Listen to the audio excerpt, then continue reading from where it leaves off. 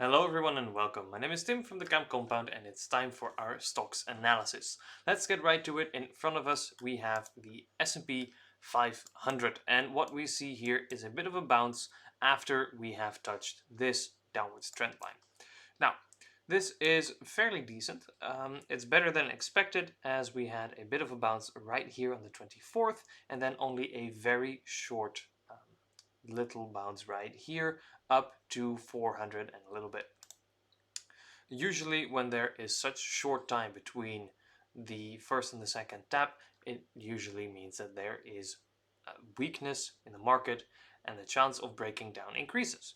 In this case, that is not happening, and we see a move back up, meaning that we might even make somewhat of a, let's see, I think it is here, yes, my pathing tool, somewhat of a W pattern if we can continue to break through this point right here, and then we can continue onwards back towards the 410 and maybe try to make a new recent high. This is also facilitated by the fact that the Treasury General account is currently drawing down, which has everything to do with the American debt ceiling. It's a whole issue going on right now, probably will continue onwards until end of Q2, start of Q3, but we will see then, and it is offsetting the quantitative tightening of the Federal Reserve, meaning that for now the general liquidity in the market is relatively neutral. If the debt ceiling were to be raised, while the Federal Reserve is still being hawkish, that definitely means that we are still in for some bad times, so keep that in the back of your mind over the coming months. Now, back to the present. That is what we're seeing here in the S&P 500. If we do get rejected here at this point of the, let's say around the 401, we could still see a move back down, third tap, still a short move, and that would bring us to about 50 to 60% likely of breaking through and going back down towards that 388, towards maybe even the 375. Basically the levels that we've been talking about for this past time. Now, if we move over to the QQQ, the Nasdaq, then we see right here that we are still definitely very much in a downtrend. Right there. It is a bit of a wedge, depending on how you draw it. It's not great. So we could see a move back up towards these recent highs, similar as to the SPY, of course, as the S&P. And then we have this level right there that we're looking at. If we're rejected again, I would see that as a double top, which could form an M pattern, and that is kind of what we're looking at currently. If we do move up, we have this general area. We don't have to specifically precisely hit it. We could end up a bit higher, maybe a bit lower, and then we have this point right here that we'll have to keep an eye out for and possibly move all the way back down.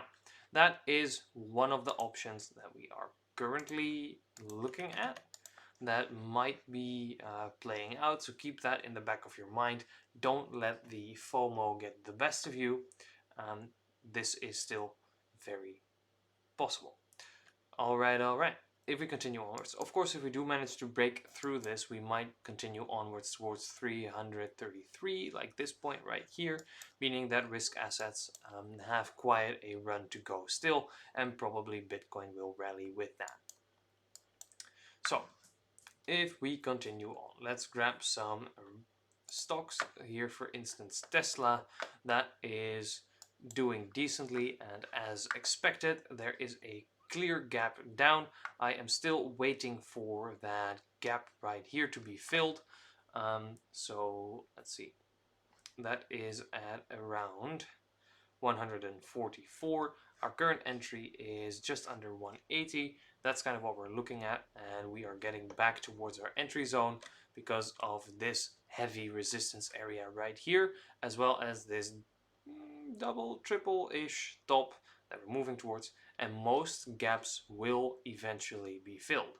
So here we also see a clear gap that at some point will be filled. So if we were to take our profits right here, that would be, let's have a look. That would be around 20%, decent, a bit under. Then we could start scaling into a long, slowly in order to start filling this gap, possibly.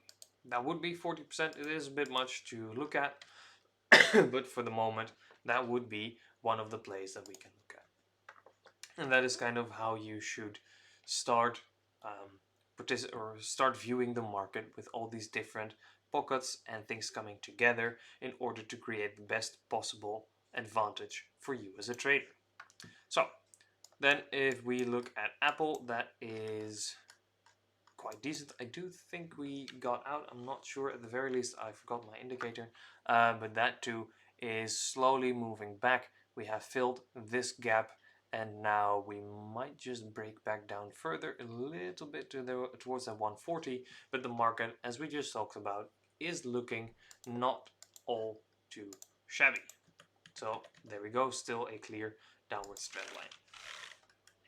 Let's also have a look at some commodities. Natural gas is kind of cooling off a little bit, and we would be looking right there for a retrace and then potentially continuing upwards. Here we also have a beautiful gap that would still need a fill. That could take a while. As you can see, that gap was on the 3rd of January, so that could still take a while, but it would be worth considering maybe when we get back here or around this area to take a position. And then Brent oil is finally breaking out. If we can close here today, then we've had a breakout and then a confirmation, meaning that the price of oil will probably continue to rally for at least the foreseeable future. And the resistance that we're looking at is right here around that $88 barrel. From there on out, if we can break that, we would be in for probably $100 and maybe even beyond that. So be aware of that. Of course, oil is very much an input cost for many things.